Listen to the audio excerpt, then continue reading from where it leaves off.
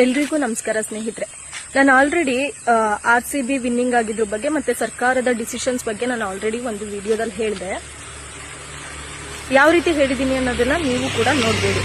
But ಇವಾಗೇನು ಹೇಳೋದು ವಿಚಾರ ಅಂತ ಅಂದ್ರೆ, ಓಕೆ, ಸರ್ಕಾರದ ವೈಫಲ್ಯದ ಬಗ್ಗೆ ಎಲ್ಲರೂ ಮಾತಾಡ್ತಿದ್ದಾರೆ, ಓಕೆ, ಆದರೆ ಎಲ್ಲಾ ಸರ್ಕಾರಗಳ ವೈಫಲ್ಯದ ಬಗ್ಗೆ ಯಾರು ಮಾತಾಡಿದ?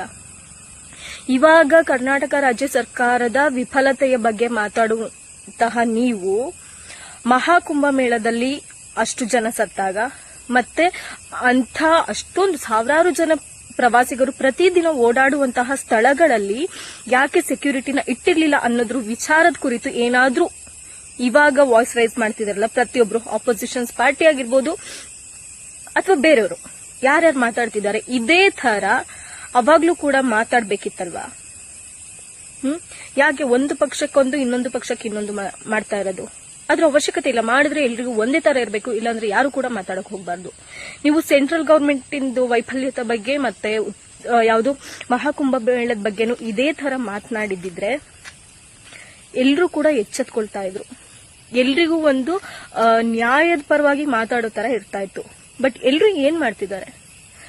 ಏನೋ ಸಿಕ್ಬಿಟ್ಟಿದ್ದಾರೆ ಅಂತ ಹಾಕೊಂಡು ರುಮ್ತಾ ಇದ್ದಾರೆ ಕರ್ನಾಟಕ ಸರ್ಕಾರದ ಕುಂತ್ರು.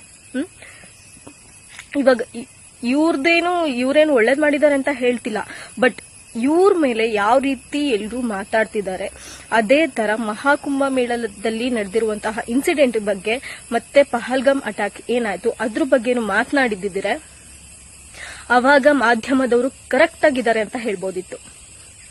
ಒಬ್ರಿಗೊಂದು ಇನ್ನೊಬ್ರಿಗೊಂದು ಯಾವ ಇಂಟೆನ್ಷನ್ ಅಲ್ಲಿ ಮಾತಾಡ್ತಿದ್ದೀರೋ, ಯಾರಿಗೋಸ್ಕರ ಮಾತಾಡ್ತಿದ್ದೀರೋ, ಯಾರ ಪರವಾಗಿ ಮಾತಾಡ್ತಿದ್ದೀರೋ, ಯಾರನ್ನ ವಿರೋಧಿಸಕ್ ಹೊರಟಿದ್ದೀರೋ, ಎಲ್ರಿಗೂ ಮಾಧ್ಯಮ ಅಂದ್ರೆ ಎಲ್ರಿಗೂ ಒಂದೇ, ನ್ಯಾಯ ಅಂದ್ರೆ ಎಲ್ರಿಗೂ ಒಂದೇ ಆಗ್ಬೇಕದು, ಒಬ್ರಿಗೊಂದು ಇನ್ನೊಬ್ರಿಗೊಂದು ಅಲ್ಲ.